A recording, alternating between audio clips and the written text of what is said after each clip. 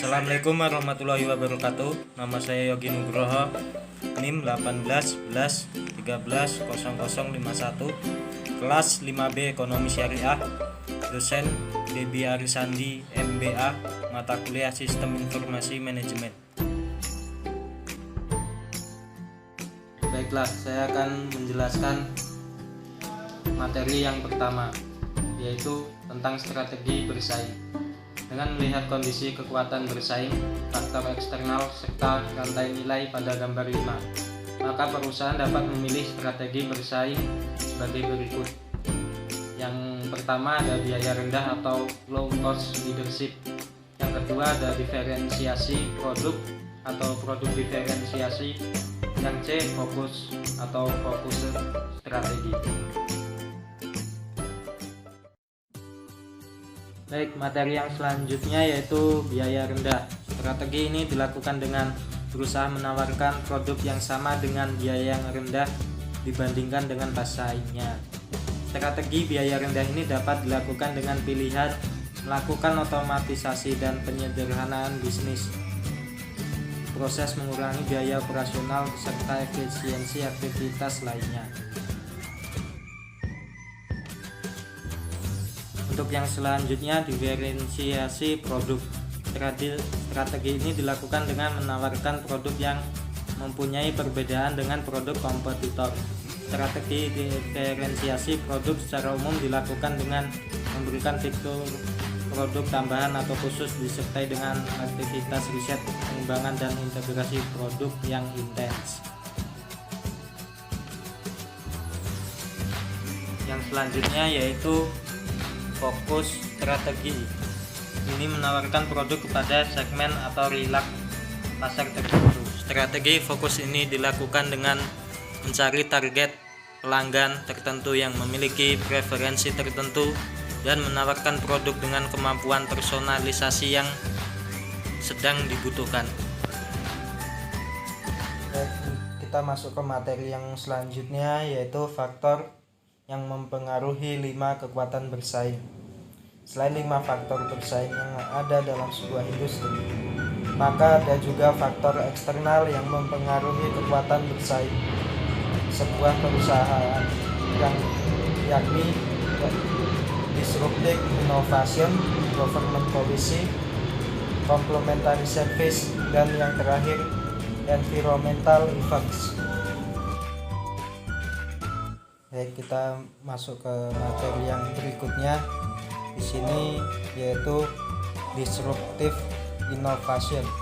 Disruptive innovation atau inovasi pengubah adalah suatu terobosan menggunakan TI yang sifatnya radikal dan cepat sekali dalam mengubah bentuk industri dan 5 kekuatan bersaing yang ada di dalamnya.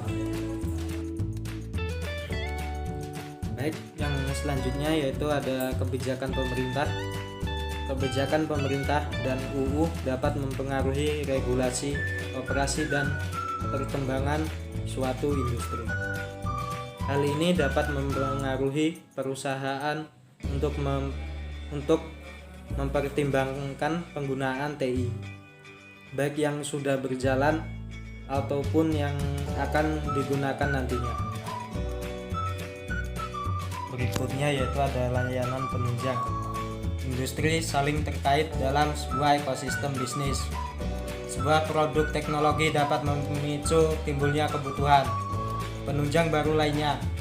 Penggerak utama atau prime mover, sebuah perusahaan yang melakukan pertama kali terlebih dahulu di industrinya dapat menjadi standar teknologi dalam ekosistem bisnis tersebut.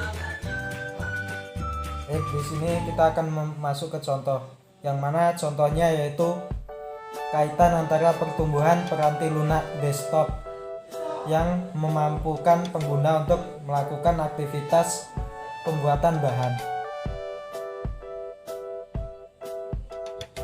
Publikasi telah menimbulkan penunjang teknologi lainnya seperti kebutuhan printer. Contoh yang kedua yaitu Microsoft yang menjadi standar sistem operasi komputer, sehingga banyak pemasok komputer yang menyesuaikan dengan sistem operasi Microsoft. Yang selanjutnya yaitu ada kejadian alam atau lingkungan. Hal ini merupakan suatu kejadian yang sering di luar perkiraan atau force majeure maupun sebagai usaha memperbaiki kondisi yang telah terjadi. Contohnya adalah terjadinya perubahan besar secara mendadak seperti gempa bumi, banjir, mogok kerja, kerusuhan, dan lain-lain. Untuk selanjutnya yaitu di sini ada rantai nilai dalam bisnis. Rantai nilai adalah aktivitas yang dilakukan oleh sebuah organisasi dalam menciptakan nilai dari sumber bahan awal yang berasal dari pemasok untuk diubah dan dipasarkan sebagai produk bagi pelanggan.